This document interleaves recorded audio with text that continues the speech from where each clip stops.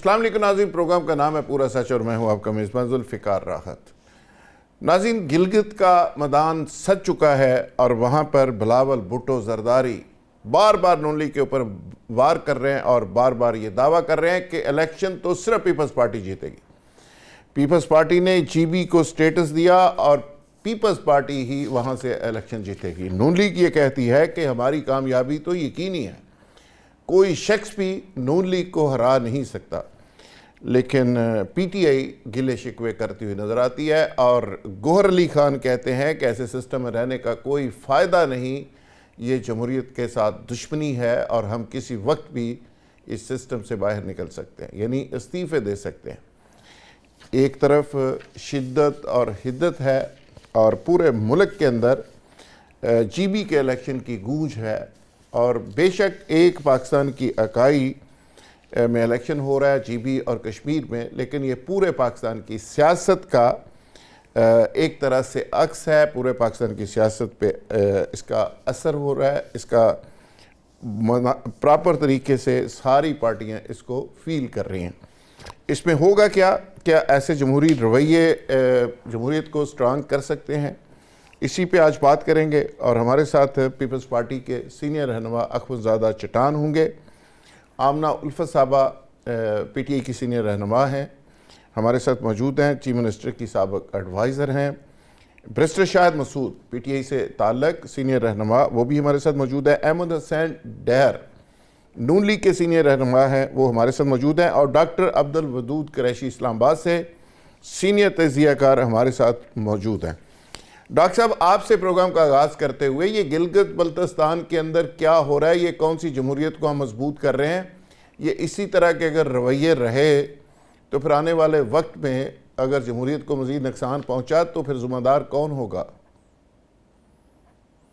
بہت شکریہ ذوالفقار راحت صاحب۔ دیکھیں، جی بی کا الیکشن اور آزاد کشمیر کا الیکشن بڑا حساس معاملہ ہے، اور اس موقع پر اور خاص کر جی بی اور آزاد کشمیر میں ہم اگر کوئی ایسی حرکت کریں جو جمہوریت کے لیے نقصان دہ ہو، یا لوگ یہ سمجھیں کہ انہوں نے جن لوگوں کو ووٹ دیا ہے وہ سامنے نہیں آئے، یا جن لوگوں کو ووٹ دینا چاہتے ہیں ان کو سامنے آنے نہیں دیا جائے، تو یہ بڑی بدقسمتی ہوگی، اور اس پر ہمارے خلاف دنیا میں، انڈیا میں اور انڈین کشمیر میں جو ان کے زیر تسلط ہے بہت شور شرابہ ہوگا، اور پاکستان کی صورتحال جو ہے اس طرح اتنی اچھی یا لوگوں کے لیے اتنی دلچسپی کا باعث نہیں ہوگی جس طرح کے اس کشمیر کے لوگ چاہتے ہیں کہ ہم مسلمان ہیں، پاکستان کے ساتھ جائیں، وہاں آزادیاں ہیں، وہاں جمہوریت ہے، لوگوں کو سہولتیں ہیں، آٹا کم قیمت پہ مل رہا ہے، بجلی کم قیمت پہ مل رہی ہے۔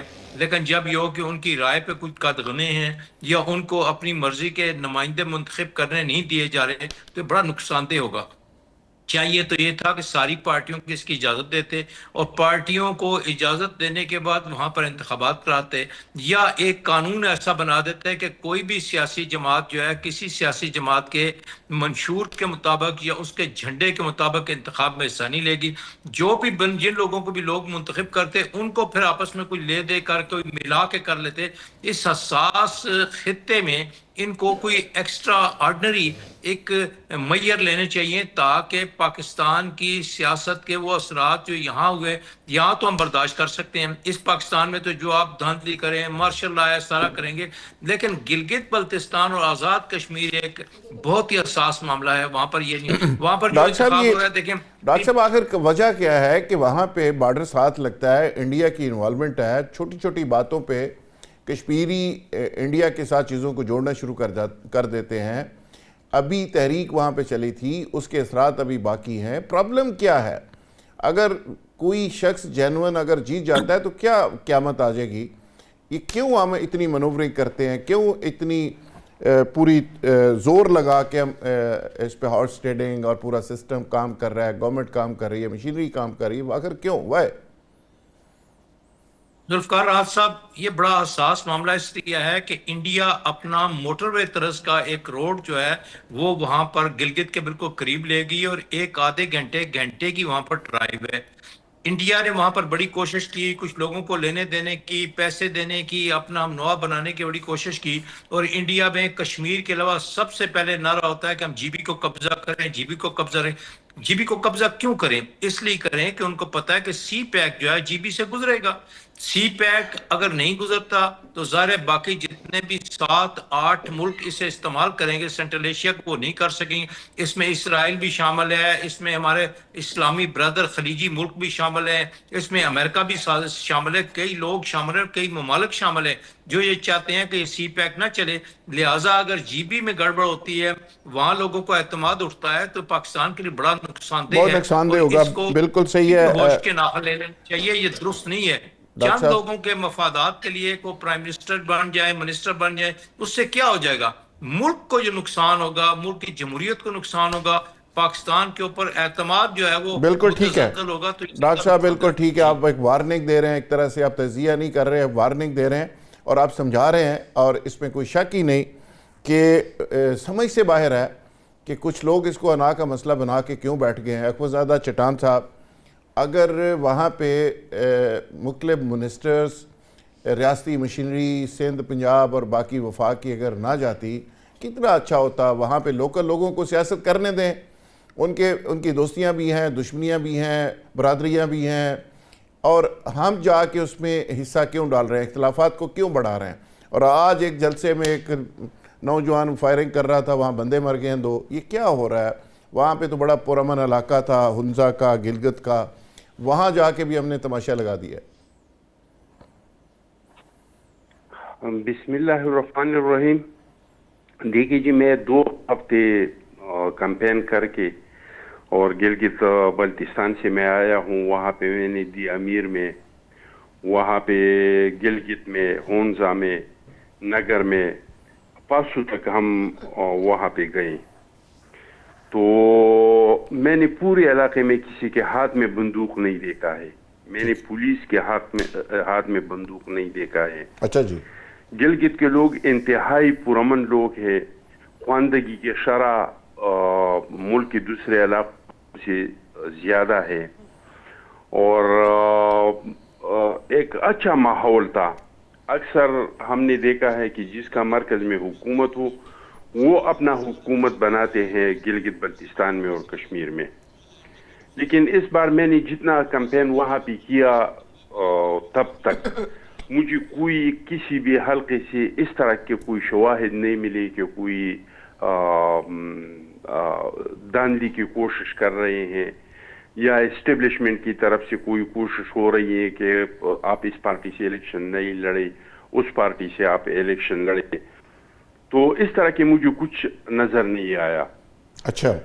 باقی گلگت بلتستان کے جو لوگ ہیں وہ پڑھے لکھے لوگ ہیں, اور وہ اس بار کارکردگی کی نہیں اخوذزادہ صاحب, آپ کو ایسا کچھ نظر نہیں آیا. آپ مجھے یہ بتائیں کہ سندھ کے منسٹر, وفاق کے وزیر, پیپلز پارٹی کی ریاستی مشینری, سرکاری پروٹوکول, وہ وہاں پہ کیا کر رہا ہے؟ نون لیگ کے جو منسٹرز ہیں وہ وہاں پہ کیا کر رہے ہیں؟ دیکھیے جی, الیکشن ہے, سب پارٹیاں ہیں, یہ تو پاکستان ہے, کوئی باہر کا ملک تو ہے نہیں, پاکستان کا ایک صوبہ ہے, اور الیکشن میں لیڈرز بھی جاتے ہیں, الیکشن میں سر الیکشن کے کوئی بائی لاز ہوتے ہیں. آپ ایسا منسٹرز وہاں پہ دیکھیں نا, گورنمنٹ کے لوگوں کو تو این او سی جاری ہو رہا ہے, فلانا منسٹر چلا جائے, فلان چلا جائے. پی ٹی آئی کے لیے تو ایسا نہیں ہے. پی ٹی آئی کا میں جو وہاں پہ تھا تو وہاں پہ تو پی ٹی آئی کا جو چیئرمین ہے گوہر صاحب, وہ بھی وہاں پہ تھا, جلسے بھی کر رہا تھا, جلوس بھی کر رہا تھا, سارے پروگرام کر رہے تھے. ہاں سٹارٹ میں کچھ ہوا تھا, لیکن وہ بھی ہم یہ نہیں سمجھ رہے تھے. سر ان کو تو صوبہ بدر کیا جا رہا ہے, کبھی روکا جا رہا ہے, ایک تھانے دار سامنے کھڑا ہو جاتا ہے, آپ نہیں جا سکتے. ساری دنیا وہ فوٹیج دیکھ رہی ہے. میں آپ کو ایک بات بتاؤں, یہ پی ٹی آئی جو ہے اس کے ہاتھ میں اس کے علاوہ کچھ نہیں ہے کہ یہ خبریں بنائے, اس طرح کا وہاں پہ کچھ بھی نہیں ہے. لیکن یہ لوگوں کے پاس یہ نہیں ہے کہ یہ بتائے کہ 3.5 سال عمران خان نے پاکستان میں حکومت کیا ہے, انہوں نے آپ لوگوں کے لیے کیا کیا. ان لوگوں کا حکومت گلگت بلتستان میں تھا, ان کے ہاتھ میں یہ کچھ نہیں ہے کہ لوگوں کو بتا سکے کہ ہم نے آپ لوگوں کے لیے یہ کیا ہے. یہ لوگ صرف خبریں بنا رہے ہیں اور چاہ رہے ہیں کہ ہمیں ہمدردی کا ووٹ ملے. لیکن میں نہیں سمجھتا ہوں کہ اس چیز میں شاید ملک کے کسی اور حصے میں یہ لوگ کامیاب ہو جائے کے پی کے میں اگر یہ ہمدردی کا کوئی ڈرامہ کرے تو شاید کامیاب ہو جائیں. لیکن گلگت بلتستان کے لوگ انتہائی پڑھے اور پڑھے لکھے لوگ سمجھدار ہیں، یعنی وہ صرف نون لیگ پیپلز پارٹی کو سمجھتے ہیں کہ یہ اخوزادہ چٹان صاحب نے جو فرمایا ہے ڈاکٹر صاحب اپنا بیرسٹر صاحب، پی ٹی آئی ڈرامے کر رہی ہے، خبریں بنا رہے ہیں آپ، اور آپ وہ نہ کو کارکردگی آپ کی، نہ آپ نے کوئی کام کیا 3 سالوں میں، نہ آپ ووٹ مانگتے ہیں طریقے اس طریقے سے، صرف آپ وکٹم کارڈ اور خبریں بناتے ہیں. کیا چکر ہے؟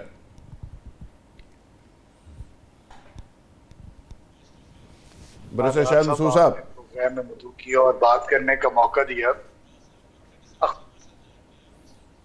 خونزادہ چٹان صاحب نے 2 باتیں کی. ایک تو میں ان کو مبارکباد دوں گا، وہ ماشاءاللہ واپس آ گئے بغیر صوبہ بدری کے، کوئی احکامات نہیں آئے ان کے خلاف، ان کو نکالا نہیں کہ.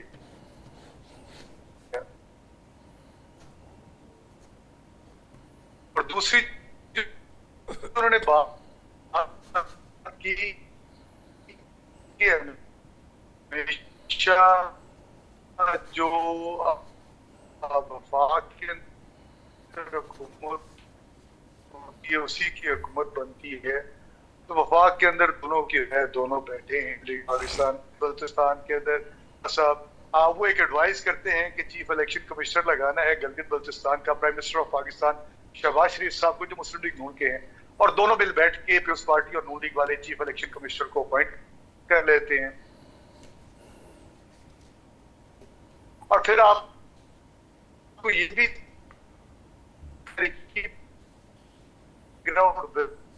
برشر صاحب آپ کی آواز بریک ہو رہی ہے، آپ اس کو کنیکشن کو ذرا بہتر کریں. ڈاکٹر انصار چیمہ صاحب نون لیگ سے تعلق ہے، سینئر رہنما، وہ ہمیں جوائن کر چکے ہیں، ہم ان کی طرف جاتے ہیں. ڈاکٹر انصار چیمہ صاحب، آپ کیا سمجھتے ہیں کہ جو گلگت کے اندر آپ مناظر دیکھ رہے ہیں، جس طرح کی وہاں پہ سیاست ہو رہی ہے، کمپین ہو رہی ہے، کیا سب کے لیے برابر کے مواقع مل رہے ہیں ساری پارٹیز کو؟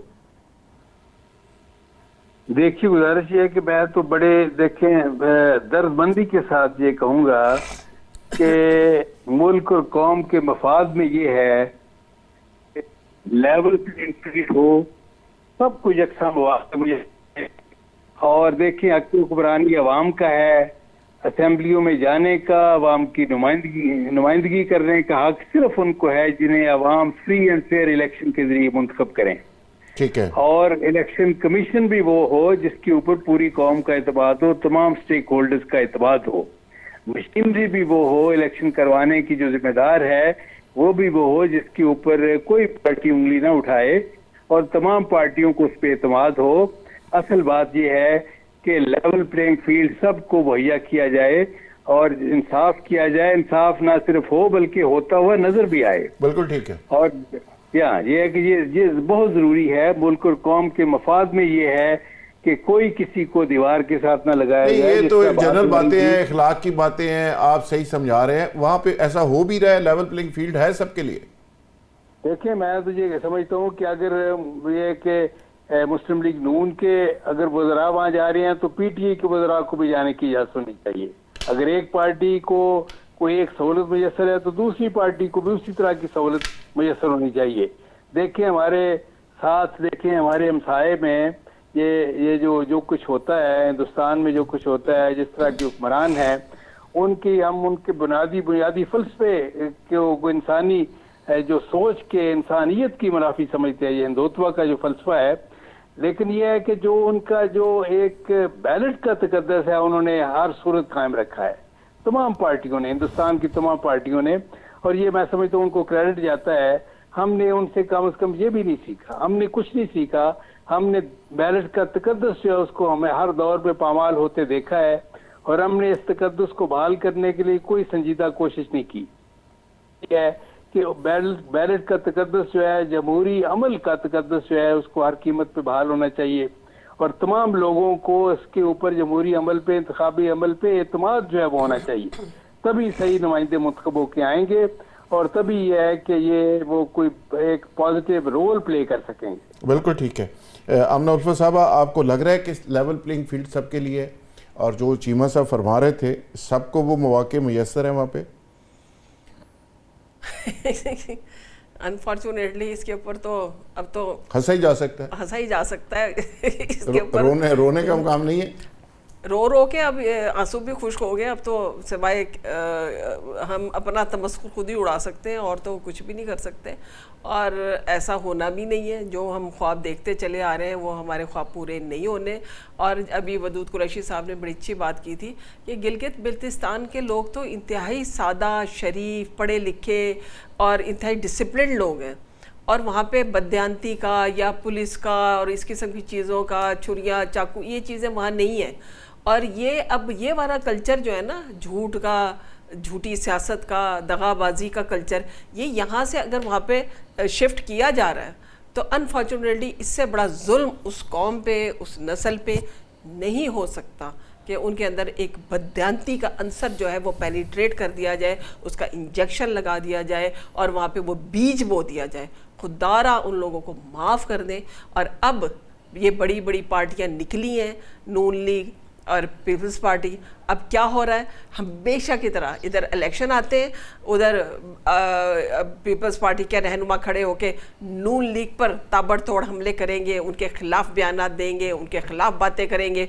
उधर से नून लीग उठेगी, वो पीपल्स पार्टी के ऊपर बेदरेग हमला अवल होंगे, उनके ऊपर करप्शन गिनवाई जाएगी, उनकी इज्जत पे कीचड़ उछाला जाएगा, एक दूसरे को इल्ज़ामात दिए जाएंगे और कहा जाएगा हम हैं इस काबिल कि हम इस मुल्क को चला सकते हैं, वो कहेंगे हम हैं इस काबिल, हम इस मुल्क को संभाल सकते हैं।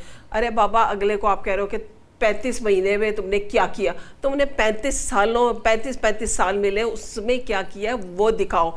और ये जो है ना नूरा कुश्ती, ये नूरा कुश्ती जो है ना, ये ठीक इलेक्शन के अगले दिन ख़त्म हो जाती है। भाई भाई, फिर ये भाई भाई इकट्ठे बैठते हैं, अपना अपना हिस्सा लेते हैं, मिलजुल के फिर ये लोग कवानीन बनाते हैं, मिलजुल के मुल्क के दरमियान में हिस्से बखरे डिवाइड किए जाते हैं। ये तुम्हारा हिस्सा, ये तुम मिलके तुम खाओ, ये मेरा हिस्सा, इसको मैं चलाता हूँ, ये तुम्हारा हिस्सा, इसको मैं कंट्रोल करता हूँ। अब ये बंदर बांट जो है ना, इलेक्शन के फौरन बाद शुरू हो जाती है। अच्छा जी, खुदा के लिए अब ये लोगों ने ये अंडरस्टैंड करना नहीं, आमना उल्फत साहबा, इससे जमहूरियत मजबूत होगी। जमहूरियत किसी बिल्डिंग का नाम है, चिड़िया का नाम है, ये तो रवैयों का नाम है। अगर आपके रवैये ये होंगे, आप शफाफियत नहीं होगी, सबको मौका नहीं मिलेगा, ट्रांसपेरेंसी नहीं होगी इलेक्शन में, तो जमहूरियत मजबूत तो नहीं होगी, कमज़ोर होगी। जाहिर सी बात है। मुझे पता है हमारे मुल्क में अगर जमहूरियत नहीं है या सिर्फ एक दिखावे की जमहूरियत है, और उसकी वजह तो उसकी वजह ये है ना कि हमारे सियासतदान जो है ना वो इंतहाई इब्नुल वक्त फसली बटेरे बन गए हुए हैं। वो सिर्फ अपने मफादात की सियासत करते हैं, वो सिर्फ अपना मफाद देखते हैं। यही वजह है कि अल्टीमेटली इस्टेब्लिशमेंट को बीच में कूदना पड़ता है, इस्टेब्लिशमेंट को आके मुल्क की बागडोर संभालनी पड़ती है, इस्टेब्लिशमेंट को अहम फैसले करने पड़ते हैं। बाद में उठ के ये लोग कहते हैं लो जी ये इस वक्त आ गए हैं, आके ये लोग हमारे सर पे बैठ गए। भाई, बिठाने वाले, गलत काम करने वाले तो आप लोग खुद हैं, सियासतदान खुद हैं, और ये मजबूरी बन गई है। अब पाकिस्तान में अब एक ही तरीका रह गया कि यहाँ पे या तो फिर डिक्टेटरशिप हो या फिर इनको सही तरीके से इनको चलाया जाए कि भाई तुमने ठीक से जमहूरियत कायम करनी है। अच्छा, ये जो बरिस्टर साहब, आप तो लॉ को भी समझते हैं कि अब हालत ये हो गई है कि खुद पॉलिटिकल बंदी वो कह रही है कि अगर यही जमहूरियत है तो इससे बेहतर है कि डिक्टेटरशिप आ जाए। तो इसका मतलब है कि अगर डेमोक्रेट ये कहना शुरू कर देंगे तो इसका मतलब है बड़ी वर्स्ट पोजीशन पे हम जा रहे हैं। बरिस्टर साहब, मैं तो सच बोलती हूँ, मैंने तो सच्ची बात कर दी, मेरे से नहीं लगी लिपटी होती। आपको मेरी जुल्फिकार साहब, आपको मेरी आवाज आ रही है? बिल्कुल आ रही जी, आ रही।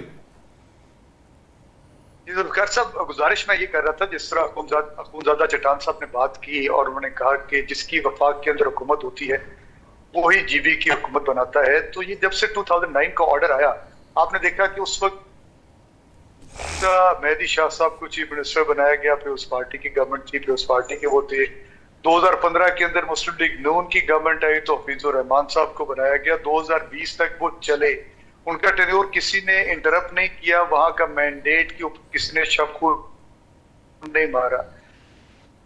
लेकिन जब पीटीआई 2020 बल्तिस्तान ये हुआ कि उस जमहूरी निजाम के ऊपर शबखून मारा गया और जो थे हमारे चीफ मिनिस्टर खालिद खुर्शीद साहब, उनकी गवर्नमेंट को टॉपल किया गया और उसके बाद गुलबर खां को जिस तरह लाया गया वो सिंध मंडी बनी पूरी की पूरी, सिंध हाउस वाली, लोगों के सौदे किए गए और उसके बाद 2023 ये पुराने जुमले हो गए, मुस्लिम सुनते आ रहे हैं।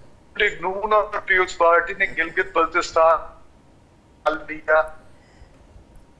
आज इनकी इलेक्शन के अंदर 3 साल के अंदर गिलगित ये कारकर्दगी दिखाई, इस कारकर्दगी की बुनियाद के ऊपर हमें वोट दी। और जिस तरह मेरे भाई मुस्लिम लीग नून से कह रहे थे, चाहिए नहीं सर, आप हुकूमत है, आपने हुकूमत के अंदर आपको करना है, आप चाहने वाला वर्ड इस्तेमाल नहीं कर सकते। अगर आप ऑपोजिशन में होते तो चलो ये बात ठीक थी, चाहने वाली। और अब देखिए शोमी किस्मत क्या है कि गवर्नर जो है वो पाकिस्तान पीपुल्स पार्टी के बेटे हैं मेहदी शाह साहब, और मेहदी शाह साहब एडवाइस करते हैं कि chief election commissioner Gilgit Baltistan का prime minister of Pakistan Shehbaz Sharif जो नून लीग से हैं कि जनाब आप लगा दें, और दोनों के बिल बैठ के दोनों जो है वो चीफ इलेक्शन कमिश्नर लगा देते हैं। वो चीफ इलेक्शन कमिश्नर बैठे हैं, फेडरल मिनिस्टर्स जा रहे हैं, प्रोविंशियल मिनिस्टर्स जा रहे हैं, उनको प्रोटोकॉल मिल रहा है, उनके आगे पीछे पुलिस की गाड़ियां हैं, लोगों को घरों से निकाला जा रहा है थ्रू स्टेट जो है मशीनरी कि आप जलसों के अंदर आए। एक तरफ तो ये है, दूसरी तरफ चीफ मिनिस्टर KPK और पाकिस्तान तहरीक इंसाफ की सारी लीडरशिप चीफ कमिश्नर को लिख रही है कि हमें फ्री एंड फेयर इलेक्शन नहीं दिया जा रहा, हमें पॉलिटिकल स्पेस नहीं दी जा रही, हमारे लोगों को सुबह बदर किया जा रहा है, हमारे लोगों के साथ हमको अरेस्ट किया जा रहा है। जुनैद अकबर का आपने इंसिडेंट देखा, कितना बड़ा मजाक है इस जमहूरियत के साथ कि या एक पार्टी के साथ अगर आप डॉक्टर साहब आपका स्टिल आपका इशू है, आप अपने कनेक्शन को ज़रा प्लीज़ ठीक करें। डॉक्टर साहब मैं दोबारा आपकी तरफ आ रहा हूँ। वदूद कुरैशी साहब यहाँ पे देखें, मैं हैरान इस बात पे हूँ कि गिलगित का इलेक्शन कोई इतना बड़ा मसला नहीं है कि जिसकी बेस के ऊपर आप ये एक तमाशा लगा दें और वहाँ पे जाके पॉइंट स्कोरिंग करें। बिलावल साहब सीधा नवाज शरीफ साहब को कह रहे हैं कि यहाँ के एक साहब आए हुए हैं, वो पता नहीं क्या हैं, वो उनको कह रहे हैं। ये मेरी समझ से बाहर है कि अगर इश्यूज़ के ऊपर पॉलिटिक्स करें, कारकर्दगी की बात करें, अपना नैरेटिव बयान करें, एक इस लेवल की अगर लीडरशिप ज़ातियात की बात करेगी तो हम कौन सी जमहूरियत, किस तरह का सबक दे रहे हैं? वो बड़ी अजीब व गरीब है। मसलन मियाँ नवाज शरीफ साहब के दामाद कह रहे हैं कि एक आदमी आया है, उसको सवाए रोटी कपड़ा मकान, रोटी कपड़ा मकान, 40 साल से आपको कोई चीज़ नज़र नहीं आएगी। वो कह रहे हैं जनाब, एक आदमी कहता है कि मैं 200 किलोवाट का मैं 24 घंटे में लगा सकता हूँ, तो 40 साल में क्यों नहीं लगाया? तो ये इशू की बात नहीं करते, एक दूसरे पे इल्ज़ाम लगा रहे कि पानी ज़्यादा आता है तो बारिश ज़्यादा होता है। कहते हैं यहाँ बारिश नहीं आता, पानी आता है, यहाँ बर्फ़ आती है। देखिए इस किस्म की बातें ना तो नेशनल लेवल की हैं, ना उन लोगों के मसाइल की बातें हैं। असल में इशू CPEC को लपेटने का है, जिसके लिए इसराइल भी है, इंडिया भी है, अमेरिका भी और खलीजी मुल्क भी शामिल है। और वहाँ पर इन इंतखाबात के बाद इंतशार की अगर सूरत पैदा हुई तो पाकिस्तान के लिए बहुत बड़ा सानिया होगा। और इंडिया इसी तरह मुंह खोल के बैठा है कि मैं किसी तरह भी गिलगित बल्तिस्तान को जो GB को हड़प करूं। हमें अकल के नाखल लेने चाहिए। और वहाँ पर जो सूरत हाल हो रही है वो अच्छी नहीं है। वहाँ पर देखें, जिस पार्टी को इन्होंने टिकट नहीं दिया उस पार्टी के लोग वैगनों और उस पर मोटरसाइकिलों पे अपने झंडे लेके फिर रहे हैं, पुलिस पकड़ रही है, वो छुपा के झंडे लाते हैं, फिर चौक में भाई लड़ने दो इलेक्शन। या फिर वहाँ यही कर दो जैसे पहले मैंने गुजारिश की कि आप इन सियासी जमातों की, पाकिस्तान की तमाम सियासी जमातों को GB में इलेक्शन लड़ने की इजाज़त नहीं होनी चाहिए, लोग लड़ें, हमायत करें, आज़ाद हो। यही हाल कश्मीर में भी करना चाहिए। अब जो कश्मीर में सूरत हाल होने वाली है 9 तारीख के बाद और एक लंबे अरसे तक लॉकडाउन का है, आपने एक वादा करते हैं उनके साथ, वादे को आप इफा नहीं करते, फिर वो लॉकडाउन करेंगे, उसके लिए लोगों के लिए मसाइल पैदा होंगी, वो लोग पाकिस्तान से मुतनफ़र हो गए। वो लोग जो गैर मुल्की आकाओं के माल पर चलते हो, पाकिस्तान की फौज के खिलाफ, पाकिस्तान की सालमियत के खिलाफ वहाँ नारे मारेंगे। अच्छा डॉक्टर साहब ये जो आगे बजट आ रहा है और इस सियासत में भी शिद्दत और हिद्दत आप देख रहे हैं, नीलम झेलम डैम की आजकल बात हो रही है, हमने बिलों के अंदर दे के पैसे थक गए हैं, बिजली महंगी हो रही है, तेल महंगा और डॉलर कहाँ से कहाँ, वो ये सारी चीज़ें तो अब हवाई हो गई है कि ये कभी ज़िंदगी में वापस आएंगी। महंगाई जिस लेवल पे है वो भी आपके सामने है। ये जो डैम 10-10 साल से 15-15 साल से चल रहे हैं और जो फिजिबिलिटी 1.5-2 अरब रुपए की थी 22 अरब पे चली गई, यानी कंसल्टेंट वहाँ पे रखे 19 अरब में, ये क्या तमाशा हो रहा है, ये किस तरफ चीज़ें जा रही हैं? और बजट में ये ज़रूर बताइएगा कि कोई रिलीफ हुकूमत आवाम को देने की पोजीशन में होगी। जुल्फ़िकार साहब देखें, एक सबसे साने की बात है कि कश्मीर के लोगों को 3 रुपए बिजली दी जा रही है, यूनिट दी जा रही है, और उन्होंने इनके सामने चीज रखी कि जनाब आप नीलम जेलम से इतनी बिजली पैदा कर रहे हैं, और ये अकल के अंदर वहां बताते नहीं है कि नीलम जेलम तो बैठ चुका है, उसकी 3 टनल बैठ चुके हैं, उसमें हमने 22 अरब रुपया एक बार जाया किया, फिर 10 अरब जाया किया, अरबों रुपए हम लगाने के बाद नीलम जेलम से बिजली नहीं ले रहे, लोगों को बिलों से। लेकिन डॉक्टर साहब हम बिलों में पैसे ले रहे हैं, कोई इनका गिरेबान कौन पड़ेगा? अवाम कब जागेगी? भाई हमारे गन पॉइंट से हमसे पैसे ले रहे हो और वहां पे खाई जा रहे हो, कोई कंसल्टेंट खा रहा है, कोई चीफ इंजीनियर खा रहा है, कोई दूसरा खा रहा है, ये तमाशा बंद कब होगा? ये लूटमार कब बंद होगी? अवाम अपनी रोटी खाएगी। जुल्फ़िकार राज साहब, जो लोग घरों पर जिन्होंने सोलर लगाया था पहले मुफ्त था, फिर इन्होंने जो जिनके साथ 7 साल का मुआहदा है उनके ऊपर पहले 700 लगाया, फिर 1000 लगाया, अब 2900 रुपया फी घर फी मीटर के ऊपर इन्होंने बिल भेज दिए। अब उसके बाद सूरज पे भी ये टैक्स लगाएंगे, कल हवा पे भी टैक्स लगाएंगे, और खुद जो है वो बरतानिया में, फ्रांस में और दुबई में मुफ्त में हवा भी खाएंगे, सूरज भी खाएंगे, और वहां पर कौम का लूटा हुआ माल भी खाएंगे। पता नहीं किस तरह कोई, या जो जिम्मेदार हैं उनको इस बात की अकल नहीं है, या उन्होंने छूट दी हुई है कि बाद में कोई नया एजेंडा है, इन सबको लपेटने का कोई एजेंडा है, लिहाजा इनको खुली छूट दी जा रही है। ये सूरत हाल तशवीशनाक है। देखें, कौमों में एक तसलसल होता है कि फलां हुकूमत आई है, मियां नवाज शरीफ साहब ने मोटर वे बनाई, बहुत अच्छा किया, आसफ जरदारी में खब्बे पाकिस्तान का नारा लगाया, बहुत अच्छा किया, जुल्फ़िकार अली भुट्टो ने एटम बम की इब्तिदा की, बहुत अच्छी बात की है। अच्छी बातों को मानना चाहिए, इकरार करना चाहिए। किसी आदमी की एक बात अगर मुझे पसंद नहीं है तो उसको कुली तौर पर रिजेक्ट करने का मतलब है कि उसकी सलाहियतों से मैं इनकार करता हूँ, उसके इल्म से इनकार करता हूँ, और मैं खुद महरूम हो रहा हूँ उनकी उन सलाहियतों से। ये नहीं होना चाहिए। लेकिन जहाँ पर सारी कौम मकरूज होती जा रही है, कौम के ऊपर इतना बोझ लादते जा रहे हैं और इनकम का कोई तरीका नहीं आ रहा, आप एक्सपोर्ट आपकी ख़त्म हो रही है, फैक्ट्रियां आपकी बंद हो रही हैं, आप उस पर तवज्जो नहीं देते। जो भी कोई फैक्ट्री वाला भी सोलर लगाता है आप उसके ऊपर टैक्स लगा रहे हैं। कहते हैं अखमदज़ादा साहब, ये जो बजट है आगे गवर्नमेंट इसमें आपके ख्याल में क्या रिलीफ दे सकती है? IMF का बजट होता है हर दफ़ा, इस दफ़ा भी कहा जा रहा है कि वो डिक्टेट कर रहे हैं, तो आपके ख्याल में हुकूमत कोई जिसका आप भी हिस्सा हैं, क्या आवाम को कोई रिलीफ दे सकेगी? देखिए जी, सबसे पहली बात तो ये कि हम हुकूमत का हिस्सा नहीं है। हुकूमत कहते हैं कैबिनेट को फैसले हो जाते हैं कैबिनेट में। अच्छा, तो हम हुकूमत का हिस्सा नहीं है। हाँ, ये ज़रूर है कि ये हुकूमत हमारे वोटों से बना है, और वो मजबूरी भी सबको पता है कि पोजीशन ऐसा था कि अगर हम किसी एक पार्टी के साथ नहीं जाते तो फिर दोबारा इलेक्शन होता और हमारी मईशत के अमन अमान की जो सूरत हाल थी तो वो ये मुल्क इस तरह के एडवेंचरों का मुतहम्मिल नहीं हो सकता था। हमने तो पहला चॉइस किया था PTI का कि आप हुकूमत बनाए, हम शामिल नहीं होंगे लेकिन हुकूमत बनाने में हम अपना वोट दे सकते हैं।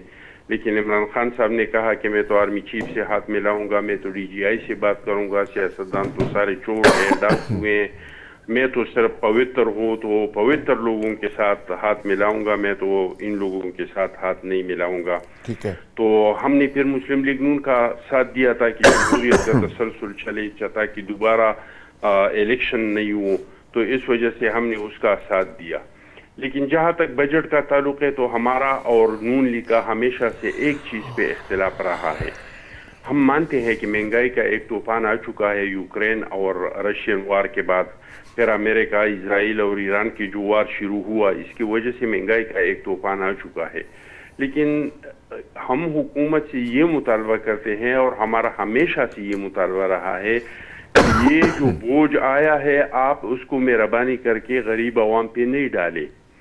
आप ये हुकूमत क्या करता है, ये PTI भी यही करते थे, ये लोग भी यही करते हैं कि जो महंगाई का तूफान आ चुका है तो बजाय इसकी कि ये बोझ अशरफिया पे डाल दे, सबसे पहले तो हुकूमत खर्चे कम करे, پھر اس کے بعد عدلیہ کے غیر ضروری خرچے کم کرے, اسٹیبلشمنٹ کے غیر ضروری خرچے کم کرے, بیوروکریسی کے غیر ضروری احمدزادہ خرچے کم صاحب کرے. جب آپ یہ کہہ رہے ہوتے ہیں, آپ اور جب حکومت کو یہ کہہ رہے ہیں کہ خرچے کم کریں تو ذہن میں رکھیے گا چیئرمین سینٹ آپ کے ہیں, پریزیڈنٹ آپ کے ہیں, سندھ گورنمنٹ آپ کی ہے, خرچے آپ کے بھی اسی طرح کے ہیں.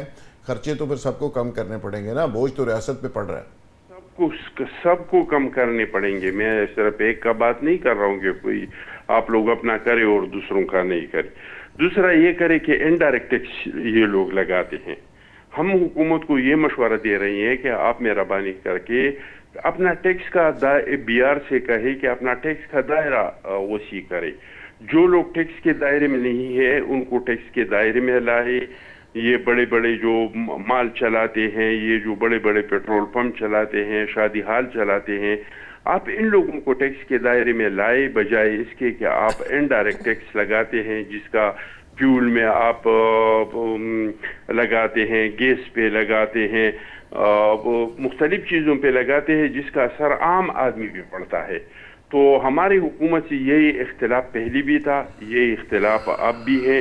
جتنا ہم ان سے اپنا بات منوا سکتے ہیں کہ کم سے کم بوجھ جو ہیں یہ غریب عوام پہ ڈال دے, اور زیادہ سے زیادہ بوجھ جو ہیں وہ اشرفیہ پہ آپ ڈال دے, اور بجائے اس کے کہ پہلے سے جو لوگ آپ کو ٹیکس دے رہے ہیں, جو تنخواہ دار طبقہ ہے یا کچھ چند صنعت کار ہے جو آپ کو ٹیکس دیتے ہیں, کہ آپ اس پہ ٹیکس زیادہ کریں. بس ٹھیک ہے احمدزادہ صاحب, آپ بات آپ کی درست ہے. جو پھنس گئے ہیں ٹیکس نیٹ میں وہ پھنس گئے ہیں, جو لوگ اس میں نہیں آئے اس کو تو آپ لا نہیں رہے. 30 لاکھ لوگ ہیں جو ٹیکس نیٹ کا حصہ ہیں, باقی لوگ کروڑوں لوگوں کو لانا پڑے گا, اور وہ اسی صورت میں آئیں گے جب آپ خوف کی پالیسیز ختم کریں گے. ایف بی آر کو تگڑا کر رہے ہیں, تنخواہیں بڑھا رہے ہیں, بڑی بڑی گاڑیاں دے رہے ہیں, ہزاروں لوگ بھرتی کر رہے ہیں, اور حالت یہ ہے کہ وہ اپنا ٹارگٹ پورا نہیں کر رہی, اور ٹارگٹ جب پورا نہیں کر رہی تو عوام کی جیبوں سے پیسہ نکالا جا رہا ہے, لوگوں کے اکاؤنٹوں سے پیسہ نکالا جا رہا ہے. آج ایک ڈپارٹمنٹ کا ایک سیکرٹری صاحب سے میری بات ہوئی, انہوں نے کہا جی ابھی نے چھاپا مارا ہے, ہمارے اکاؤنٹ سے 1.5 ارب روپیہ نکال لیا. یعنی اس قدر حالت خراب ہوئی ہے کہ ریاست بھی اس چیزوں پہ آ گئی ہے کہ لوگوں کی جیبوں سے پیسہ نکالا جائے. ناظرین یہاں لیں گے ایک بریک, اور بریک سے جب واپس آئیں گے تو ایشو کو کنٹینیو کریں گے. Stay with us. Welcome back ناظرین, وہی سے سلسلہ جوڑتے ہیں جہاں پہ ختم کیا تھا. لاہور میں 6 مہینے کے اندر 18 ارب روپیہ شاید صرف لوگوں کو چلان کر دیا گیا ٹریفک میں. یعنی غریب پہلے ہی مر رہا ہے. ڈاکٹر نثار چیمہ صاحب آپ بتائیں کہ ریلیف ہے نہیں. یو این ڈی پی کہتا ہے کہ اشرافیہ $18 بلین کھا جاتی ہے. آئی ایم ایف کہتا ہے کہ 5500 ارب روپے کی کرپشن ہوتی ہے. وہاں پہ تو نہ کوئی آئی ایم ایف کی بات مانتا ہے. یہ غریبوں کے اوپر آئی ایم ایف آ کے چڑھ جاتی ہے کہ جی آئی ایم ایف نے کہا کہ ان پہ ٹیکس لگا دو, آئی ایم ایف نے کہا کہ بجلی بڑھا دو, آئی ایم ایف نے کہا گیس بڑھا دو. یہ کیا یعنی ڈبل سٹینڈرڈ ہے چیمہ صاحب؟ نہیں بالکل آپ نے درست فرمایا. ایک طرف غریب کے اوپر بوجھ اتنا پڑ گیا ہے کہ اس کی کمر ٹوٹ چکی ہے, اور مزید وہ بوجھ برداشت کرنے کے اہل نہیں رہا. دوسری طرف آپ دیکھیں بڑے بڑے ادارے, ان کے گورنر کی تنخواہ دیکھیں, بڑی بڑی ادارے جو ہیں یہ او جی ڈی سی کے چیئرمین کی تنخواہ دیکھیں. صحیح. آپ بڑے بڑے ادارے جو ہیں کہ ان کی چیئرمینوں کے, ان کے جو ہیڈ ہیں, ان کی انسان حیران ہو جاتا ہے. یعنی ایک طرف کی روٹی کے لیے ترس رہا ہے, دوسری طرف یہ ہے کہ یہ لوگ ان کے یاشی ختم نہیں ہوتی, اور تنخواہیں جو ہے کتنی ادارے ہیں جن کے سربراہوں کی تنخواہیں کروڑوں میں 50 لاکھ سے زیادہ مہینے کی, 1 کروڑ روپیہ مہینہ, اندازہ کریں. اچھا دوسری طرف اور کارکردگی تیلے کی نہیں. ہاں بالکل. اور دوسری طرف یہ اندازہ فرمائیں کہ ہمارے ارد گرد کے پورے خطے کے ممالک میں تیل کی, پیٹرولیم مصنوعات کی قیمتیں اتنی نہیں بڑھی جتنی پاکستان میں بڑھا دی گئی ہیں. دیکھیں ہندوستان میں آج بھی ایک لیٹر پیٹرول کی قیمت تقریباً 100 روپے ہے. آپ اندازہ کرتے ہیں 4 گنا کیسے زیادہ ہوگی, جبکہ یہ ہے کہ جو انٹرنیشنل حالات ہیں ایکولی افیکٹ ہو رہے ہیں. تو پھر یہ ہے کہ وہ کس طرح یہ ہے کہ 100 روپیہ پر لیٹر رکھی ہوئی ہے اور ہماری 400 سے اوپر ہو گیا. یہ بڑا ظلم ہے, اور غریب عوام کے اوپر یہ بوجھ جو ہے یہ بہت بے جا ہے, ناروا ہے, ظلم ہے, اور یہ ناقابل برداشت ہے. دوسری بات جو ہے, زراعت کو ہمیشہ کہا جاتا ہے جی ہماری تو یہ ہے کہ اس ملک کی معیشت کی ریڑھ کی ہڈی ہے. इस रीढ़ की हड्डी के साथ जो जुल्म आपने किए, अंदाजा करें कि किसान तो पिस के रह गया है, किसान के ऊपर इतना जुल्म हुआ है कि इसका अंदाजा ही नहीं कर सकता कोई। बात यह है कि अब यह है कि पैदावारी अखराजात इस पर बढ़ गए हैं। DAP खाद जो है उसकी कीमत 1 महीने में 3,000 रुपये इजाफा हो गया।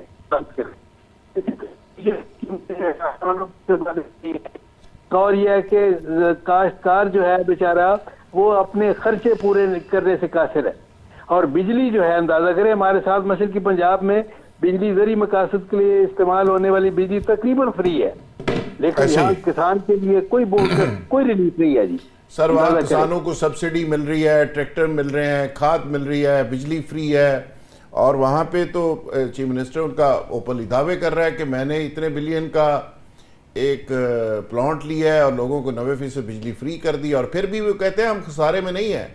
तो यहाँ पे तो आप सर बिलियंस के जहाज़ ले रहे हैं। डॉक्टर शाहिद मसूद साहब, आपका इत्ला मिली है बड़ी बावसूख ज़राए से कि आपका नेट ठीक हो गया।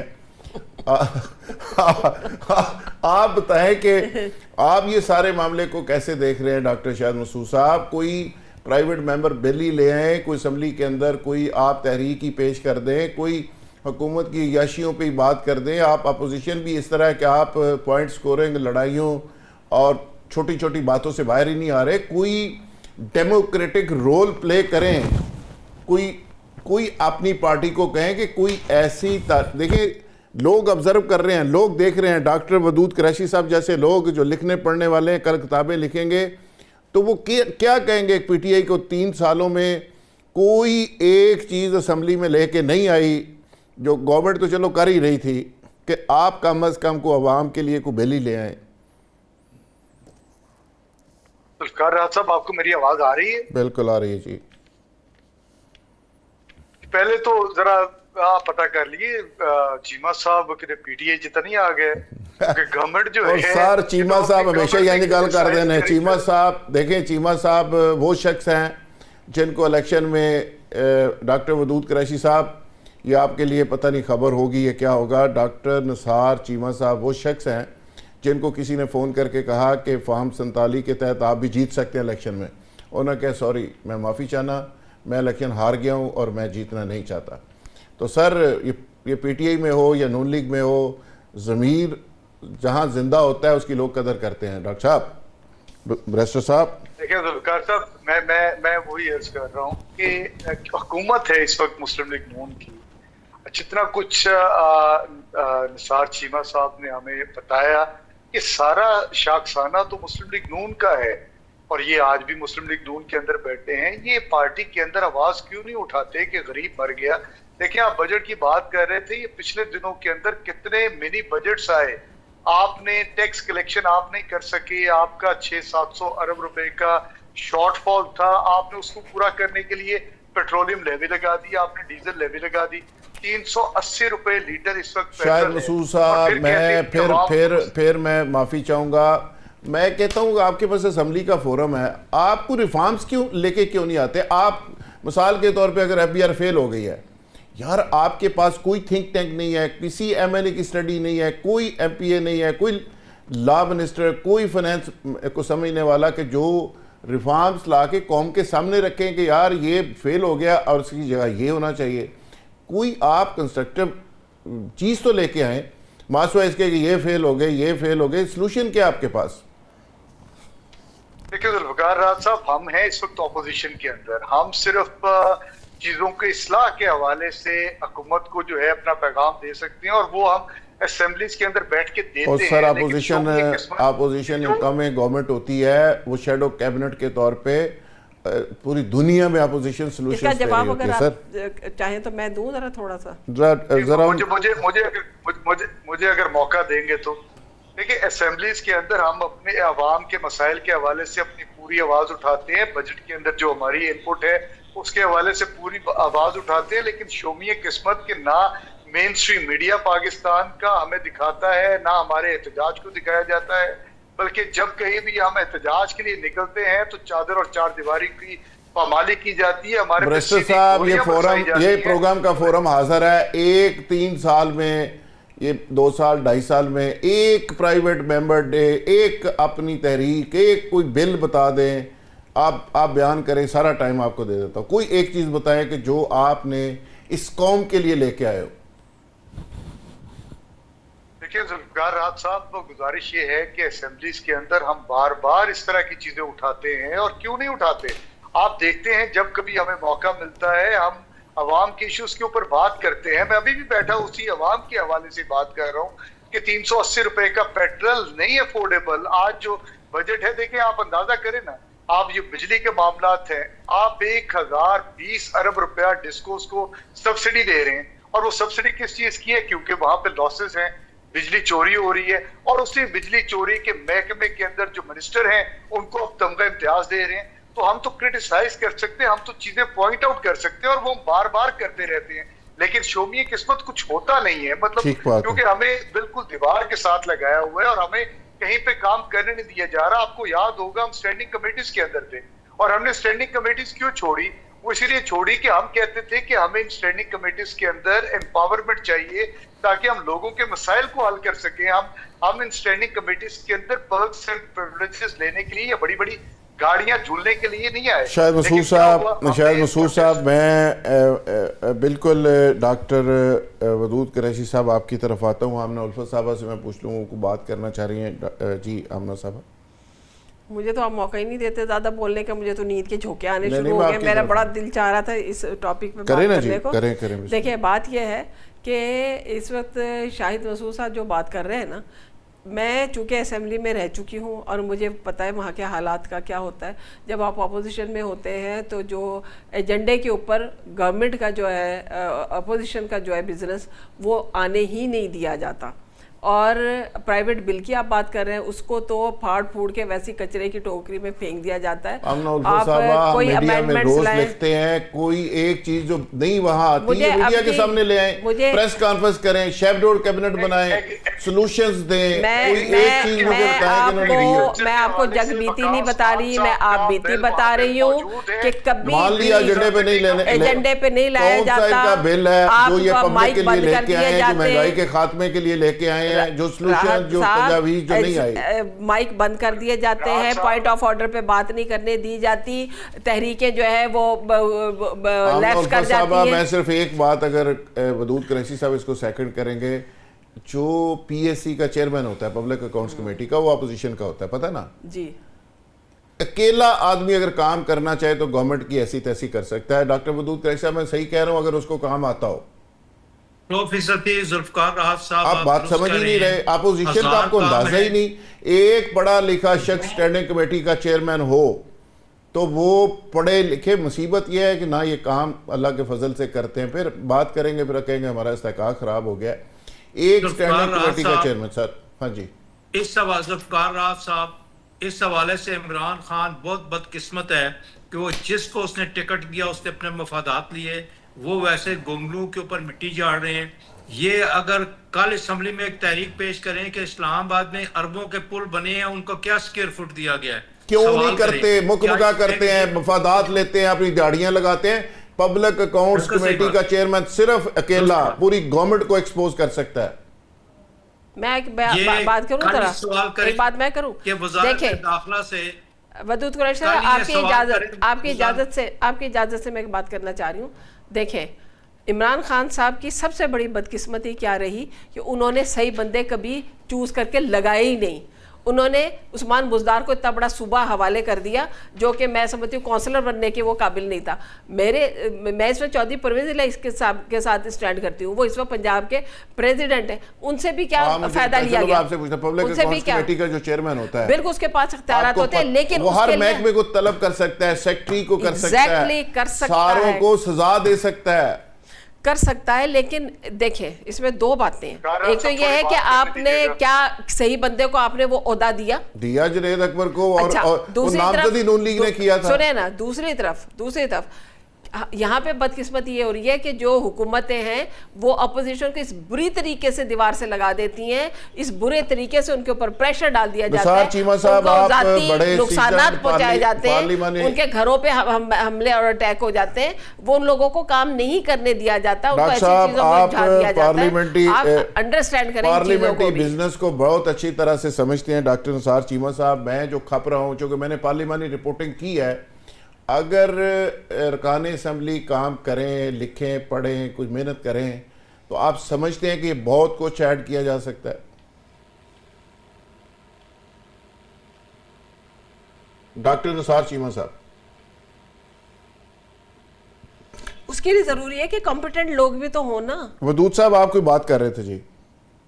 जुल्फ़िकार राज साहब, बुनियादी तौर पे देखें, पीटीआई का अगर कहें कि कौन सा आंसर अपोजिशन है, इमरान खान की बहनें और बुशरा बीबी की फैमिली, या वो लोग जिनको फौजी अदालतों से दूसरी अदालतों से सजाई हुए, वो है अपोजिशन।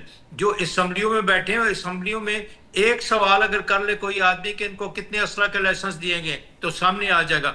आज भी ये सरकारी गाड़ियां इस्तेमाल कर रहे हैं, आज भी जालिम हुक्मरान किसी को कहते हैं तो उससे पूछ के कलमा हक कहते हैं। पीटीआई के लोग मोस्टली 99% जो है मुफाहमत पसंद है। बाकी कुछ जो सुबह सरहद में केपीके में जाते हैं वो कहते हैं वो हमें खाना खिलाओ, रिहाइश दो, वहां पर ठहरो। तो एक ड्रामेबाजी जारी है। इमरान खान के दुश्मन इसकी पार्टी के खुद लोग चुटान साहब, आप समझते हैं कि अगर अपोजिशन सही तरह से इश्यूज बेस्ड चीज़ें लेके आए तो गवर्नमेंट के लिए बड़ा मसला पैदा हो सकता है, पब्लिक की खिदमत अपोजिशन में रह के भी की जा सकती है? देखिए जी, मैं समझता हूँ कि अपोजिशन जो है इसका बहुत बड़ा रोल है, हुकूमत से ज़्यादा रोल जो है वो अपोजिशन का है।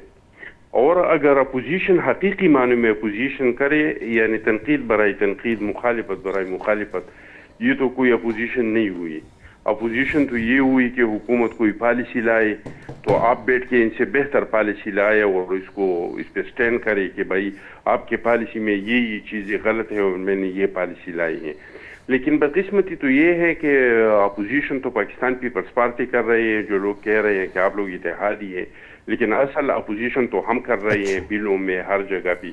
पीटीआई वाले तो एक ही काम इन्होंने किया है, जब भी असेंबली में आ जाते हैं तो एक ही काम करते हैं। पहले कहते थे कि इमरान खान साहब को रिहा करो, आप कहते हैं कि हमें मुलाकात का मौका दे दो। शायद मसूद साहब चंगे रहे हो, अपोजिशन सिर्फ पीपल्स पार्टी कर रही है। डॉक्टर शायद मसूद साहब नहीं, सही कह रहे हैं। ये सारे इतने बड़े बड़े कॉन्वॉय, इतने 10-10 करोड़ की चेयरमैन सेनेट के पास गाड़ियां और आगे पीछे पुलिस की मोबाइल और सब कुछ करके बिल्कुल ऑपोजिशन शायद यही कर रहे हैं, तो रौला पाई जो बिचो खाई जो, ये इनका एजेंडा है। गुजारिश ये है जुल्फ़िकार राज साहब, हम बतौर ऑपोजिशन जो है बिल्कुल आगे, आमना उल्फत साहब ने सही कहा, हमारे बहुत सारे बिल्स मौजूद हैं, वो एजेंडा पे लेकर ही नहीं आ जाते। मैं वकास मान साहब का बिल एमपी है हमारे, उनका 1.5 साल हो गया एग्रीकल्चर से रिलेटेड, उसके ऊपर डिस्कशन ही नहीं होती। और ऑपोजिशन का तो ये हाल है, ऑपोजिशन लीडर को आप डिस्क्वालीफाई करते हैं, ऑपोजिशन लीडर जो नया बनता है उसको आप। बिल्कुल सही है। तमाम मेहमानों का शुक्रिया जी। आज की डिबेट आपने सुनी और ये इसी को भी कहेंगे कि जमहूरियत का ये हुस्न है इख्तलाफ, लेकिन डेमोक्रेसी को अगर आपने स्ट्रांग करना है, मजबूत करना है, तो उसके लिए हमारे रवैये, हमारा सिस्टम, उसमें ट्रांसपेरेंसी होनी चाहिए, तभी जाके जमहूरियत स्ट्रांग होगी। बहुत शुक्रिया जी। यहाँ पे इजाज़त चाहेंगे, अगले हफ्ते इंशाल्लाह दोबारा नए प्रोग्राम और मेहमानों के साथ मुलाकात होगी। तब तक के लिए इजाज़त, बहुत शुक्रिया।